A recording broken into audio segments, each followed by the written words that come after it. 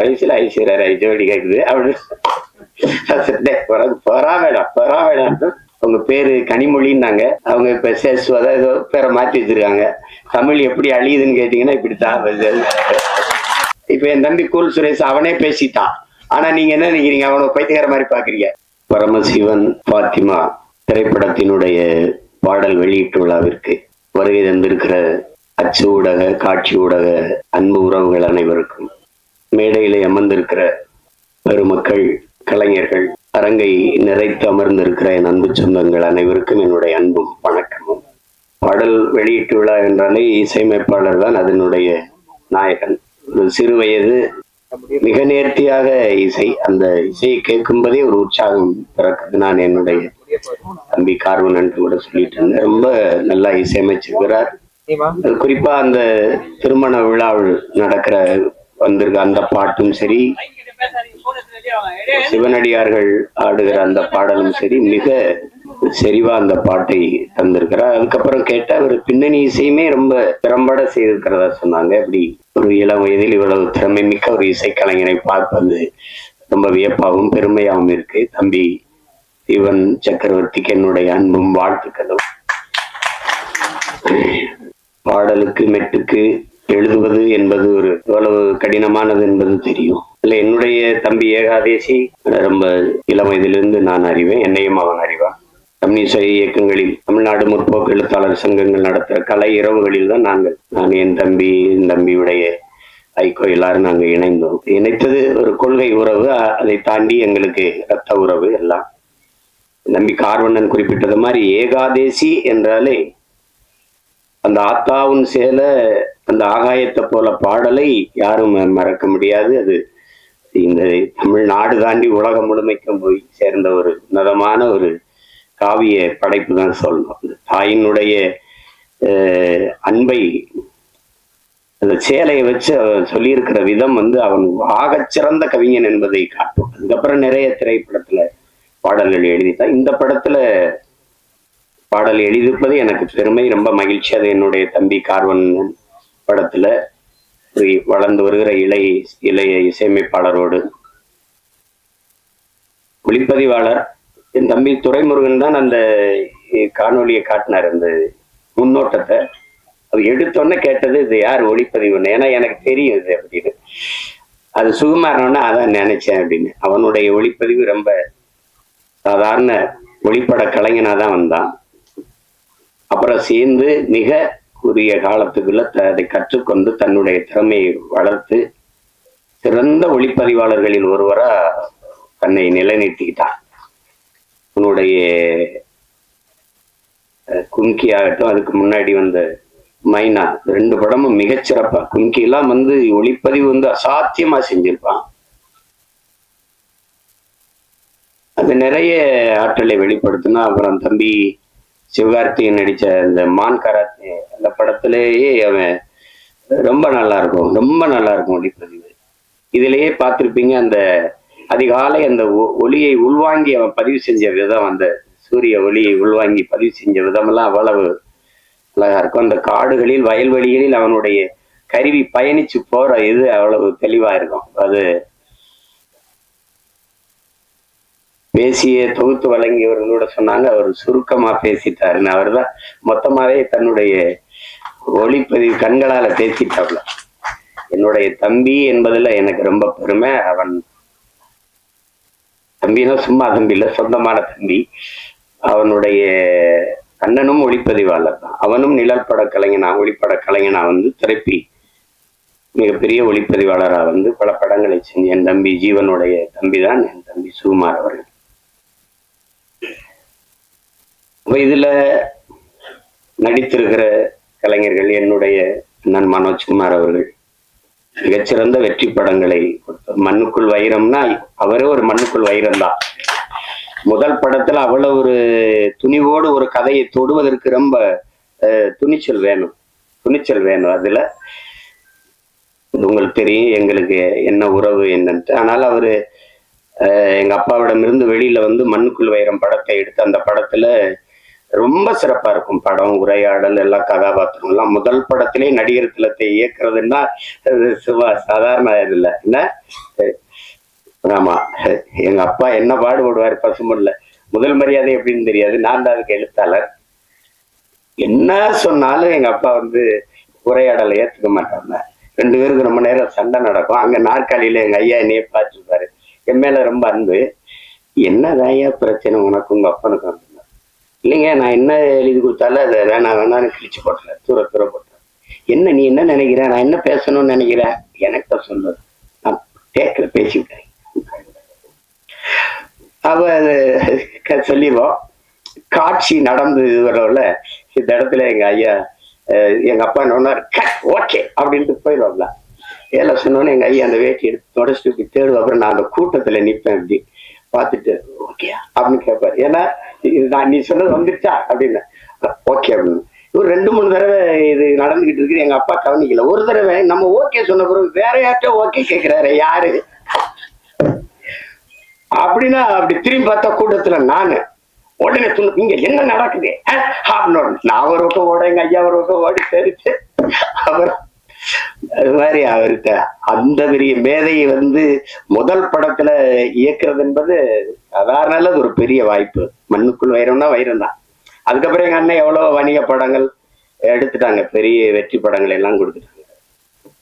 இப்படிப்பட்ட ஒரு படைப்பாளி இதுல நடிச்சிருக்காங்க. அப்புறம் எங்க அண்ணன் தேனப்பன் எவ்வளவு பெரிய படங்களை தயாரிச்சாங்க. அவை தன்மையெல்லாம் அண்ணனுடைய தயாரிப்பு தான்.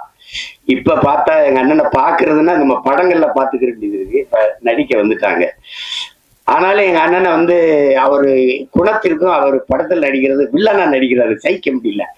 எங்க அண்ணன் வில்லனா எதுக்கு நடிக்கணும் அப்படின்ட்டு. அவ்வளவு நல்ல மனிதன். தேனப்பன் வந்து ஒரு சிறந்த தயாரிப்பாளர், சிறந்த நடிகரோட மிகச்சிறந்த நிர்வாகி. அதனாலதான் எங்க அண்ணன் கமலஹாசன்லாம் அவரை கூடவே வச்சிருந்தாப்ல. அப்படிப்பட்ட ஒரு திறமையான ஒரு மனிதர் எங்க அண்ணன் தேனப்பன் அவர்கள். அதுக்கப்புறம் எங்க ஐயா மகன் தொகுப்பாளர் சொன்னாங்க, உங்களுடைய தமிழ் ரொம்ப நல்லா இருக்கு அப்படின்னு. தமிழ் கடலின் மகன் வந்து தமிழ் பேசலைன்னா அப்புறம் என்ன இருக்குது சொல்லுங்க. எங்க அப்பா, நான் அப்பான்னு தான் சொல்லுவேன். அழைச்சா ஐயா ஐயா ஐயா நல்லா இருங்க, நல்லா இருங்க. என்னங்கய்யா அப்படின்னு. ஒண்ணும் இல்லை ஐயா, படிக்கணுமையா. வாழ்க தமிழுடன். எல்லாரும் நம்ம வணக்கம் ஹலோ இப்படிதானே அழைப்பு எடுப்போம்.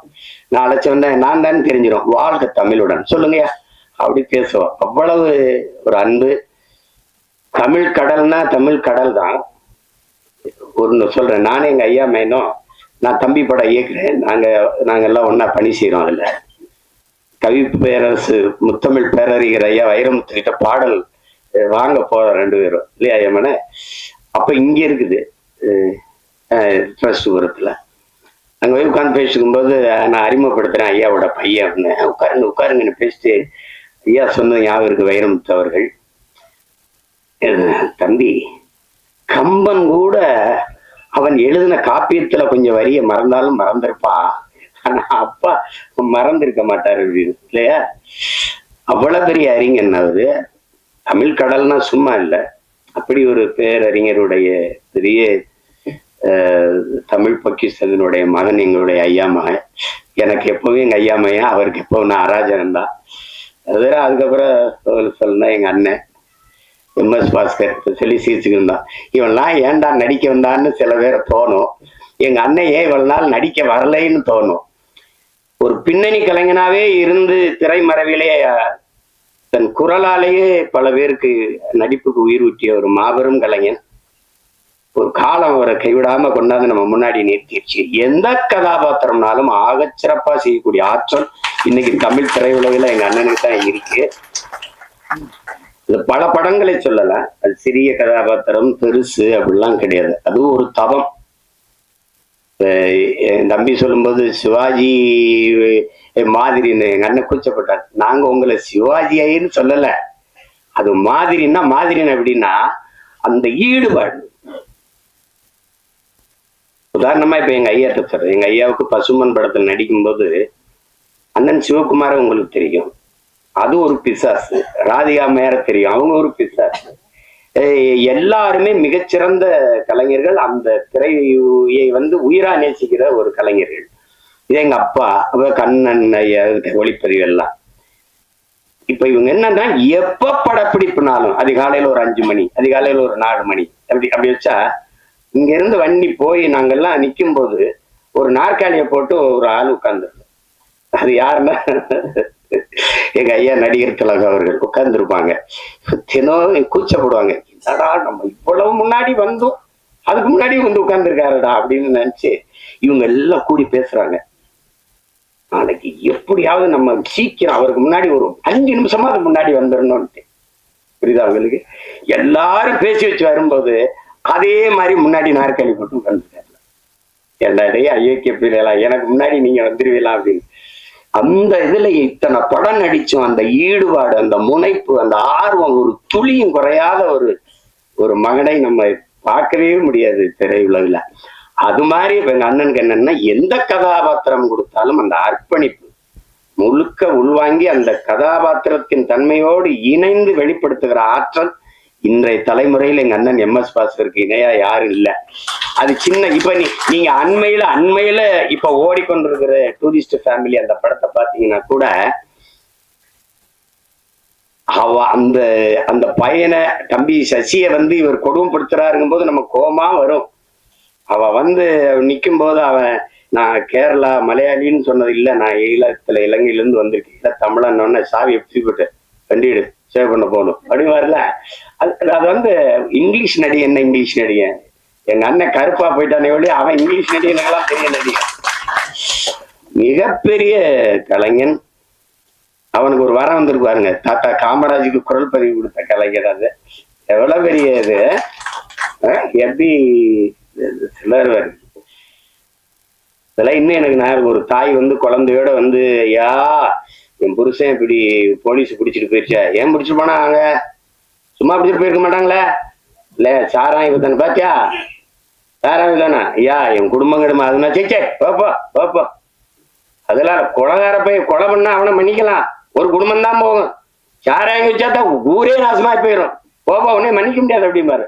அதெல்லாம் அது அந்த அவர் என்ன உடல் மொழியில நடிச்சாரோ அதே அளவுக்கு தன்னுடைய குரல் வளத்தால குரல் நடிப்புல போய் பொருத்தி பேசுறதுங்கிறது, குரல் கலைஞர்கள்ங்கிறது சாதாரணம் கிடையாது. அப்படி எண்ணற்ற படங்களுக்கு உயிர் கொடுத்த மகன் இன்னைக்கு திரையில நம்ம பாக்குறோம்.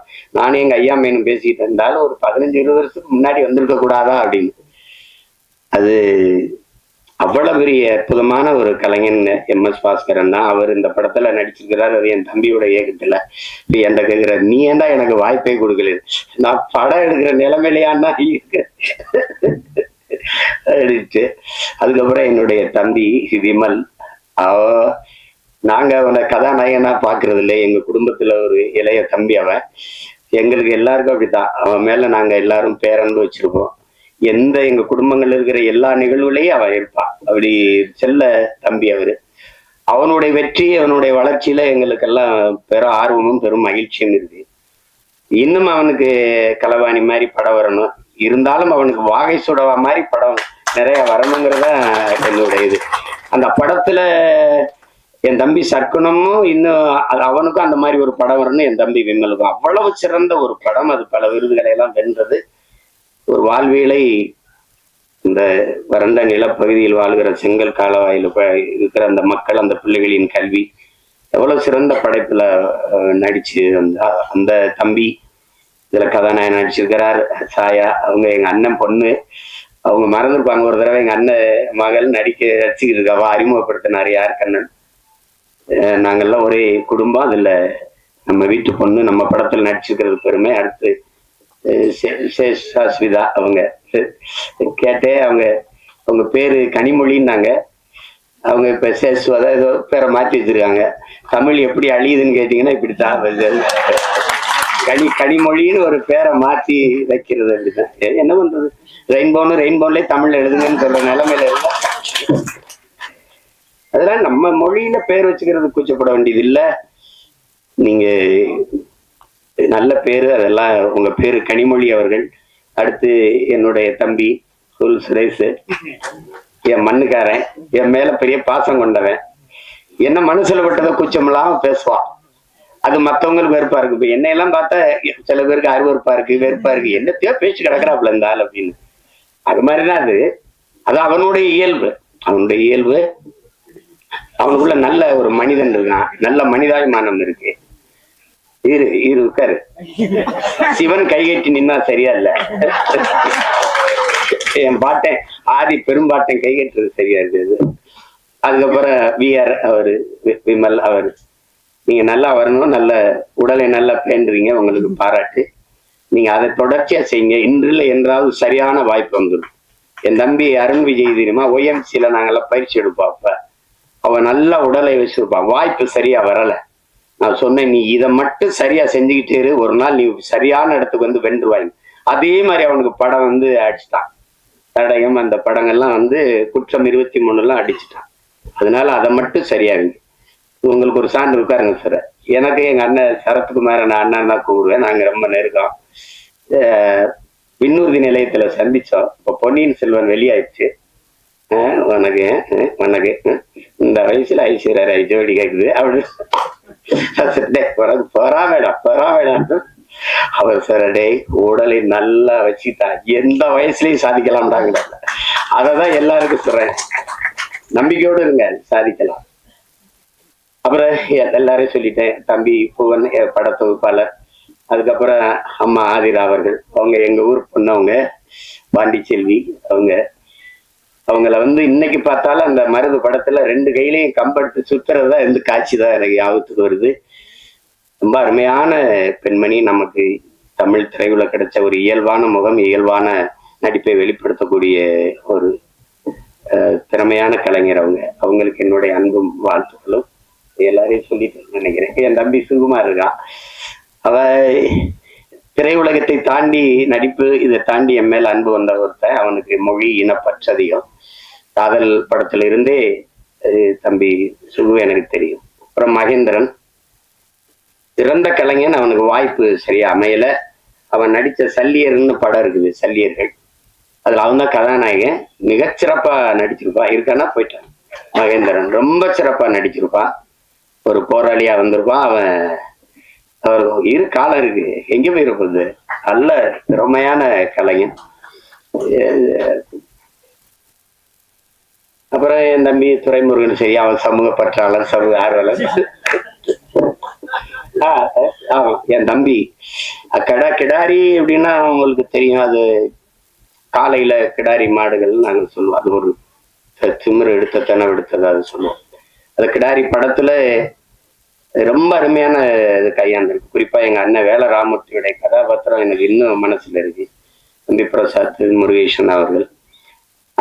நாங்கெல்லாம் அந்த படத்தை பார்த்து யார் இயக்குனர்னு நான் எங்க ஐயா மேனு பேசி பார்த்தோம். மத்தகம் பார்த்துட்டு தான் கேட்ட ஐயா மேனை, யார் ஐயா மேனை இவ்வளவு சிறப்பா இருக்கு, எங்க கிடாரி பட இயக்குனர் தானோன்னா அதுக்கப்புறம் நானே அழைச்சி பேசி வாழ்த்துறேன்.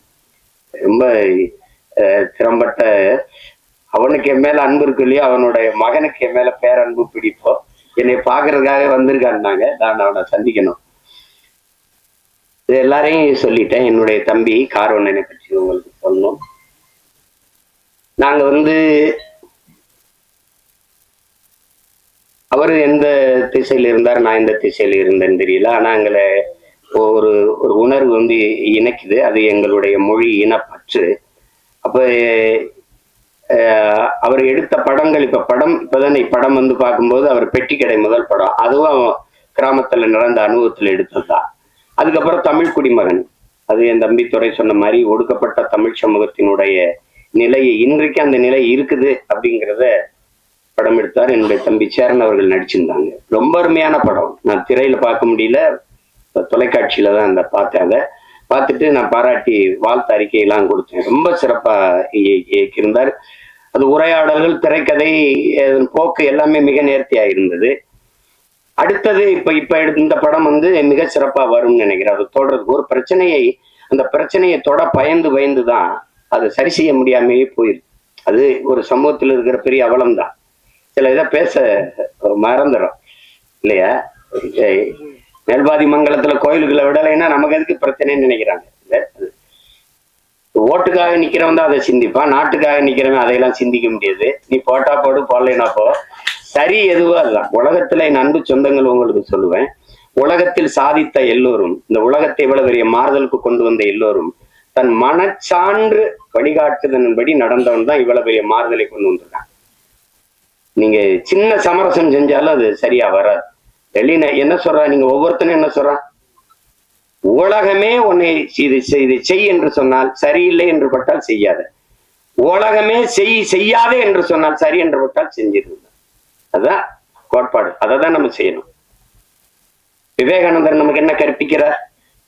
எதற்காகவும் உண்மையை விட்டு கொடுத்துறாத, ஆனா உண்மைக்காக நீ எதையும் விட்டு கொடுங்க. இதே வெவ்வேறு வடிவத்தில் ஒவ்வொரு தத்துவ ஞானிகளும் மேதைகளும் சொல்லி வந்திருப்பாங்க. ஆனால் இதேதான் எங்க தலைவர் என்ன சொல்றார், நாம் சாகலாம், சாதாரணமானவர்கள், ஆனால் சத்தியம் தோற்றதாக சரித்திரத்தில் செய்தி இல்லை. நாம் சத்தியத்தின் பக்கம் நிற்கிற சத்தியத்தின் மக்கள் நாம் வெல்லுவோம்ங்கிறத அது என்னட்டுதான் சொல்றாங்க. அது அந்த மாதிரி நம்ம எதிர்க்கும். நபிகளே என்ன சொல்றாரு, அநீதியை கண்டு அச்சம் இல்லாமல் துணிந்து எதிர்ப்பவன் எவனோ அவனே உண்மையான ஜிகாத்துங்கிறார். அநீதின்னு தெரிஞ்சிருச்சு, அவன் எதிர்க்கணும். சேகுவாரன் என்ன சொல்றான், உலகத்தில் எங்கெங்க அநியாயம் நடக்குதோ அதை கண்டு நீ பொறுக்க முடியாமல் கோவப்படுவாயானால் நீனும் என் தோழனேங்கிறான். நீனும் என் தோழன் தான். நான் தம்பி படத்துல இறுதியில் அந்த உரையாடல் அவருடைய கோட்பாடை அதை எடுத்து போட்டுப்பேன். அப்ப அது அச்சப்பட்டுக்கிட்டே இருந்தா மேல் பாதியில குடிக்கிற நீர்ல இந்த நூற்றாண்டுல ஒருத்தன் சிங்கத்தை கலக்குறான்னா அதையும் சகித்துக்கிறது, எல்லாத்தையும் சகித்துக்கிறது. சகித்து தான் ஒரு அடிமை எப்படி பிறக்கிறான்னு நினைக்கிறீங்க?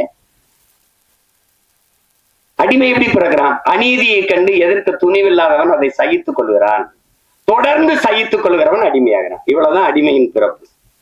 அப்படிதான் நம்ம அடிமை ஆயிட்டோம். எதை உங்களால ஏத்துக்க முடியுது? ஊழல் தெரியுது, லஞ்சம் தெரியுது, மணலள்ளி விற்கிறான் தெரியுது, சாராங்காய்ச்சி விற்கிறான், கஞ்சா வின்னு கொக்கைன் எல்லாம் விற்கிறான் தெரியுது, ஆனாலும் கேட்க முடியாது. இதுதான் இது காரணம் பயம். அதே எங்க தலைவர் இந்த மரணம் என்ற ஒன்றுக்கு பயப்படுவதாலே இந்த மானுட சமூகம் பல்வேறு துன்ப துயரங்களை தூக்கி சுமக்குதுங்கிறார். எதுக்கு பயப்படணும்? நான் உயிரோடு இருக்கிற வரை சாவு என்கிட்ட வராது. நான் சாகும்போது நான் உயிரோடு இருக்க மாட்டேன். மரணம் என்கிட்ட வரும்போது உயிரோடு இருக்க மாட்டேன். எதுக்கு பயப்படணும்? பயப்படுறதுனால ஒருத்தர் நீண்ட நாள் வாழ்ந்துருவானா நம்ம எல்லாம் பயந்துட்டே இருக்கலாம். அர்த்தமற்றது. பயம்ங்கிறது கோழைகளின் தோழன், அது வீரனுக்கு எதிரி. அது எங்களுக்கு அஞ்சுவதும் அடிபணிவதும் தமிழன் பரம்பரைக்கே கிடையாதுன்னு எங்க தலைவர் எங்களை வளர்த்திருக்காரு. அது கிடையாது. அதுல ஒரு இயக்குனரா நீங்க என் தம்பி கார்வன் நினைப்பாக்குறீங்க. அவ படம் என் தம்பி துறை எல்லாம் பார்த்துட்டாரு, நான் பார்க்கல. அது பார்க்கறதுக்கான நேரம் வாய்க்கல. இந்த 3 பாடல்கள் அவர் எடுத்த முன்னோட்டம், அவர் சொல்லுகிற செய்தி, அதுலயே தெரியுது அவர் எதை தொட்டு எதை சொல்ல போறாரு அப்படின்னு. இங்க ஒண்ணு நீங்க கவனிங்க, மதம் மாறிக்கொள்ளக்கூடியது, ஆனா மொழியும் இனமும் மாறிக்கொள்ள முடியாது. அது அடிப்படையில நீங்க புரிஞ்சுக்கணும். மதத்தையும் தாண்டிய ஒரு புனிதம் இருக்கு, அதுதான் மனிதம். அதை யாரும் அவர்கள் தேடுவதும் இல்லை, போறதும் இல்லை. இஸ்லாமியருக்கு ஒன்று உயிர், கிறிஸ்தவனுக்கு ஒரு உயிர், இந்துக்கு ஒரு உயிர் என்று கிடையாது. எல்லா உயிரும் யாரு மேல கீறினாலும் ரத்தம் ஒண்ணுதான். ஆக மொத்தம் இப்ப நீ நானும் 10 மாதம் தான் நம்ம தாத்தா பட்டுக்கோட்டை பாடினது நினைவில் வச்சுக்கணும். இதுதான் நீங்க இருக்கிற பிரச்சனை. எல்லாருக்கும் எல்லா மதங்களையும் மனிதம் இருக்கு, எல்லா மதங்களையும் சிக்கல் இருக்குது. இதை கடந்து போய் இந்த உலகத்துல எல்லாரும் மனிதன் கொள்வதற்கு, இத்தனை உயிர் அழிப்பதற்கு எத்தனை விதமான ஆயுதங்களை கண்டுபிடிக்கிறான். ஆனா அந்த ஆயுதங்களை எல்லாம் வெல்கிற ஒரு ஆற்றல் அவன்கிட்ட இருக்கு, அதான் பேரன்பு. அந்த அன்பால எல்லா ஆயுதங்களையும் வீழ்த்த முடியும். அதுதான் இன்னைக்கு நீங்க உலகத்துல வெம்பாடுனா புதியதொரு உலகம் செய்யும் கெட்ட போரிடும் உலகத்தை வேரோடு சாய்ப்பவன் பண்ணது எந்த ஆத்த புரட்சி பாவலன் தான். அவனுடைய பேரனும் பேத்திகளும் கெட்ட போறனால வேரோட சாஞ்சிச்சு ஈழத்துல. அதானே அது சிக்கல். அந்த மாதிரி நேரத்துல இறுதி போர்க்கட்ட சூழல்ல என் தலைவன் இருந்து நான் வந்த பிறகு தொடர்ச்சியா பேசி சிறைப்படுத்தப்பட்டேன். யாருமே என்கிட்ட நெருங்க பயந்தாங்க. 1 ஆண்டுகளுக்கு மேல சிறையிலே இருந்துட்டேன். அப்ப அந்த நேரத்துல ரொம்ப சோர்வு. அப்ப என்னை தேடி ஒருத்தர் படம் எடுக்கணும்னு வர்றாருல, ஒருத்தர் வர்றாரு. வந்தவரு அவர் அதுக்கு முன்னாடி 2 படம் எடுத்துக்காரு. என்னோட படம் எடுக்கணும்னு சொன்ன அந்த மனநிலையில படம் இருக்குல்ல, ஆனா என்னோட வந்தது அவரு ஆறுதலா இருந்தது. அப்ப பேசும்போது அது காரணம் அவர் சொன்னார் மாதிரி நான் கத்தி கதறி வெடிச்சு இந்த உதாரணமா இந்த ஈழ படுகொலை எப்ப பேசி சிறைப்பட்டாலும் அதை கவனிச்சிருக்காரு. ஒருத்தர் இப்படி பேசிட்டு இருக்காருன்னு அந்த ஈர்ப்பு, அவரு திருநெல்வேலி இருக்காரு, நான் சிவகங்கையில இருக்கேன். எங்க 2 பேரையும் ஒரு இடத்துல சேர்த்த பிறகு இந்த இந்த படத்துக்கு இந்த இதுக்கு சம்பந்தம் இல்லை, இந்த பாடல்கள் சம்பந்தம் இல்லை. ஆனாலும் நீங்க தெரிஞ்சுக்கணும், ஒருத்தருக்கு இந்த பாடலுக்கு சம்பந்தம் இருக்கு. விழி மூடி மறைந்தாலும் முத்துக்குமரா, எங்கள் மனதோடு நிறைந்தாயே முத்துக்குமரா, தாய் அன்போடு தனையேந்த முத்துக்குமரா, உன் பெரும் தியாகம் மறவோமே பச்சை தமிழா, நீ விழி மூடி மறைந்தாலும் முத்துக்குமரா, எங்கள் நீ மனதோடு நிறைந்தாயே முத்துக்குமரா, பகைமையும் துரோகமும் தாய் மண்ணை சூழ, பாவிகள் கூட்டமோ நம்மை வந்து ஆள, எரிமலையாயளவே மறந்திங்கு போக, எலி பொறியில் எலியாய் தமிழனும் நோக, மனம் பொறுக்காமல் சென்னறுப்பாலே உனை தீண்டியே எம் உணர்வையே எரிய வைத்தாயே நீ. இந்த பாட்டு பாருங்க. கிழி மூடி மறைந்தாலும் முத்துக்குமரா, எங்கள் மனதோடு நிறைந்தாயே முத்துக்குமரா. இந்த பாட்டு ஆண்ட பரம்பரை இன்று மாண்டு போவதோ, ஆள பிறந்தவன் இன்று அடிமையாவதோ, வீர தமிழினம் இங்கு வீழ்ந்து போவதோ, வீணர் கூட்டம் இங்கே நம்மை ஆள்வதோ, எங்கள் இனத்தை அழிக்க துடிப்பவன் எவன், எரிமலை ஆற்றில் குளிக்க நினைப்பவன் அவன். இந்த பாட்டு தலைமகனே எம் பிரபாகரனே, தலைநகரே திரிகோண மலையே. இந்த பாடல்கள் இன்னைக்கு தமிழ்நாட்டுல எல்லா இடங்களையும் ஒலிக்குது. எங்களுடைய இன உணர்வுள்ள மக்கள் கூட்டங்கள்ல இது பரவலா கேட்கப்படுது. எங்களுடைய கட்சி பாடல்ல இது ஒரு கொள்கை பாடலா பரப்பப்படுது. இந்த பாட்டை 2010ஆம் ஆண்டு தயாரிச்சு நாங்க செய்யறோம். இது தம்பி இசைவேந்தன் ஒரு தம்பி எழுதின பாட்டை என்னுடைய அன்பு மைத்தினர் கவிதாஞ்சனை வச்சு இந்த பாடல்களை பதிவு செஞ்சோம். அதுக்கு அன்றைக்கே 10 லட்சம் ரூபாயை செலவழிச்சு இந்த பாட்டை பதிவு செய்து கொடுத்த தம்பி தான் என்னுடைய ஆர்வீர் தம்பி கார்வண்ணன் அவர்கள். அவனுக்கு இந்த மொழி மீதும் இனத்தின் மீதும் இருக்கிற பற்றுக்கு இதுவே உங்களுக்கு ஒரு சான்று. நாங்க 2 பேரும் இணைந்தோம் அப்படின்னா மொழி அழிந்தால் இனம் அழிந்து விடும். தமிழ் இல்லைன்னா தமிழர் இல்லை, தமிழர் என்ற இனம் இல்லைன்னா நாடு இல்லை, அவ்வளவுதான்.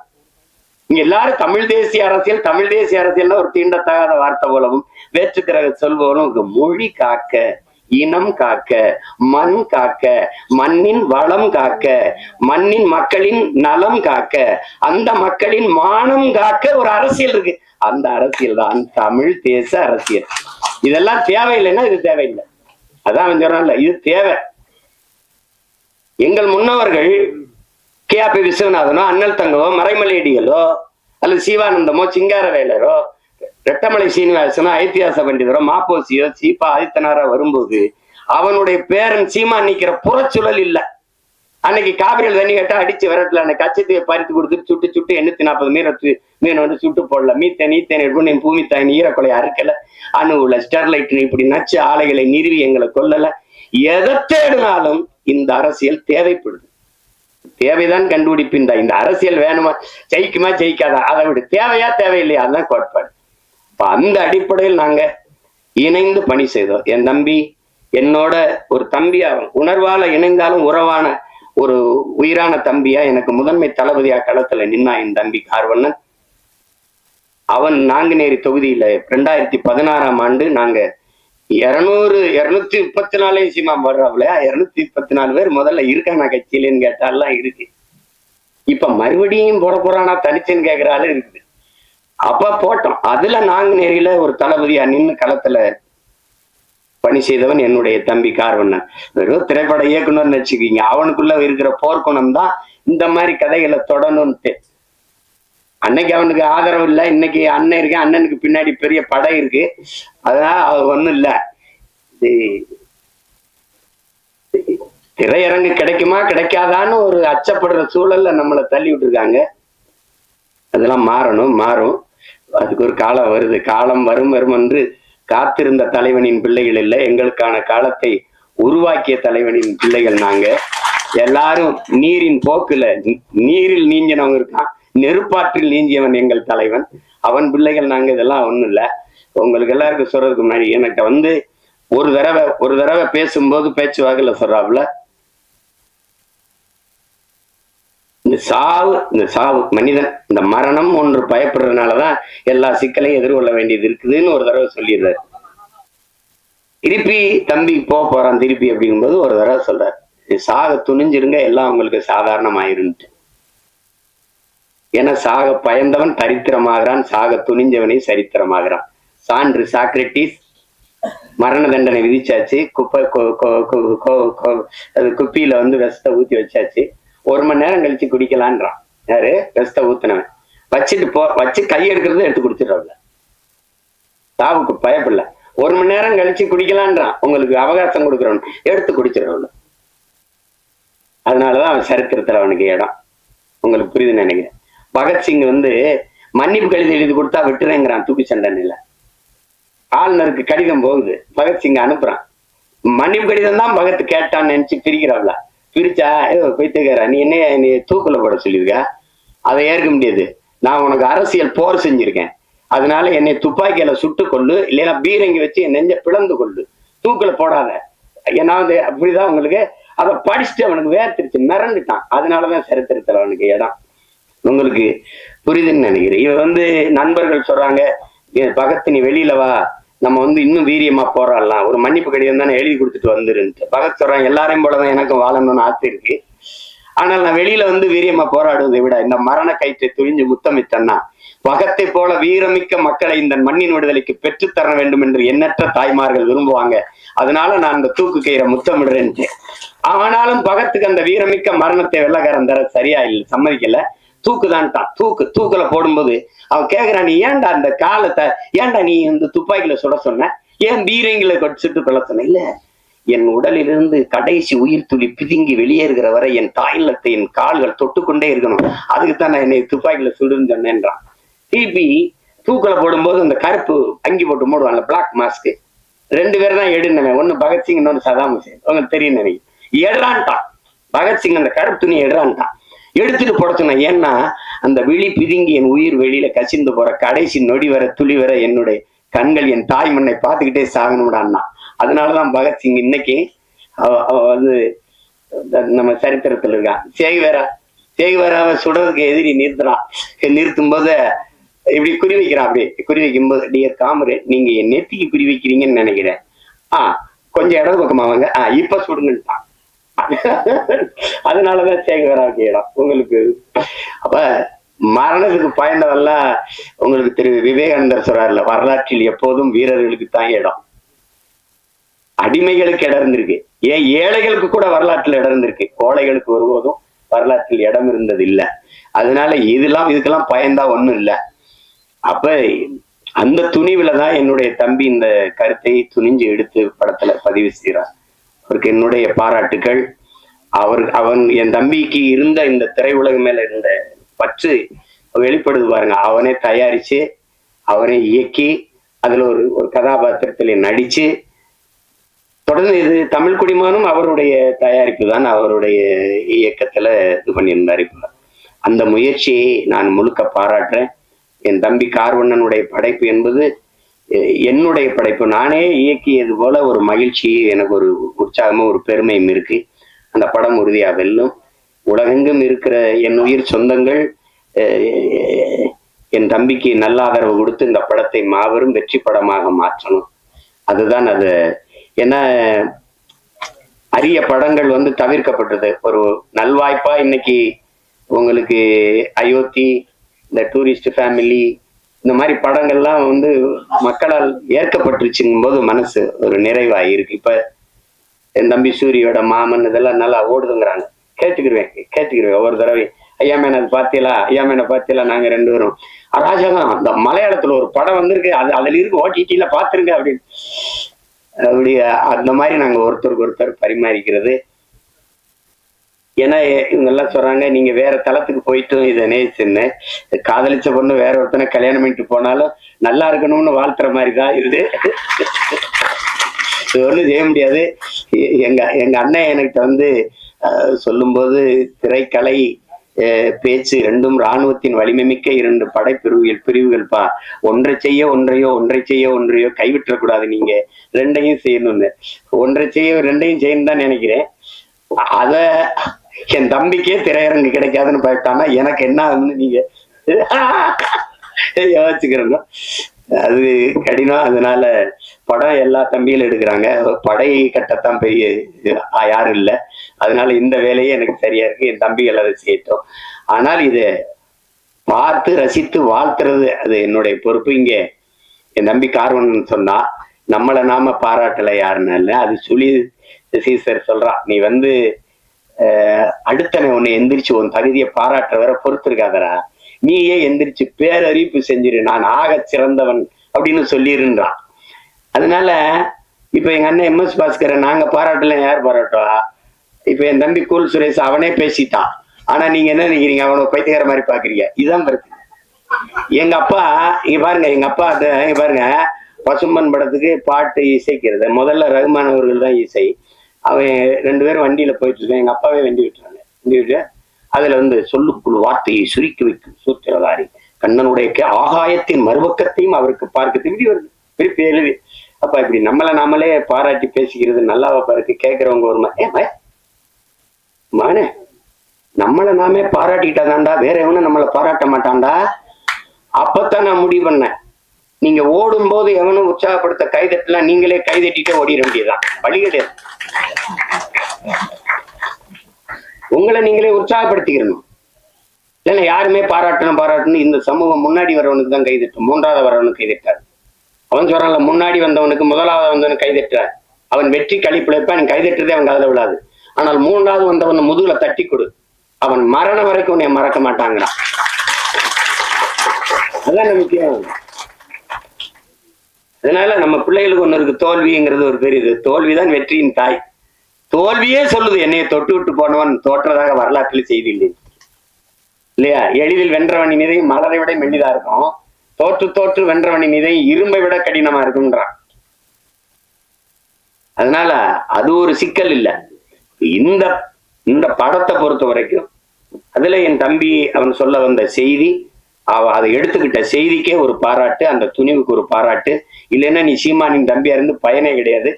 அதனால ஒரு பாராட்டு. உலகமெங்கும் இருக்கிற நம் உயிர் சொந்தங்கள் நல்ல திரைப்படத்தை ரசிக்கக்கூடிய, ஏற்று பாராட்டக்கூடிய, கொண்டாடக்கூடிய மக்கள், இங்கே நல்ல திரைப்படங்களை கொண்டு போய் சேர்த்த செய்தியின் தூதுவர்கள் இருக்கிறார்கள். இங்கே ஊடக உறவுகள் எல்லாம் மதிப்புமிக்க பெருமக்கள் எல்லாம் இருக்கிறாங்க. அவர்களுக்கெல்லாம் சிறந்த படத்தை பாராட்டி கொண்டு போய் சேர்க்கணுங்கிற பொறுப்பும் கடமையும் உள்ளவர்கள். உறுதியாக இந்த படத்திற்கு பேராதரவு கொடுப்பார்கள். என்னுடைய தம்பி தன்னுடைய முழு முயற்சியில் அவரே எழுதி, இயக்கி, தயாரித்து, நடித்து, தம்பி விமல் அவரோட இளம் கலைஞர்களை எல்லாம் இணைத்து கொண்டு உருவாக்கி இருக்கிற இந்த பரமசிவன் ஃபாத்திமா இந்த படம் மிகப்பெரிய வெற்றியடைய என்னுடைய வாழ்த்துக்கள்.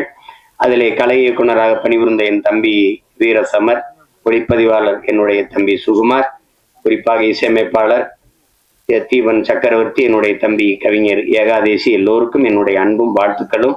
என்னுடைய ஆறுயிர் இளவல் என் அன்பு தம்பி இசக்கி கார்வணன் அவர்களுக்கு என்னுடைய உள்ளம் நிறைந்த அன்பும் வாழ்த்துக்களும். படத்தின் வெற்றிக்கு என்னுடைய வாழ்த்துக்கள். உங்கள் அனைவருக்கும் என்னுடைய அன்பும் வணக்கமும். நன்றி.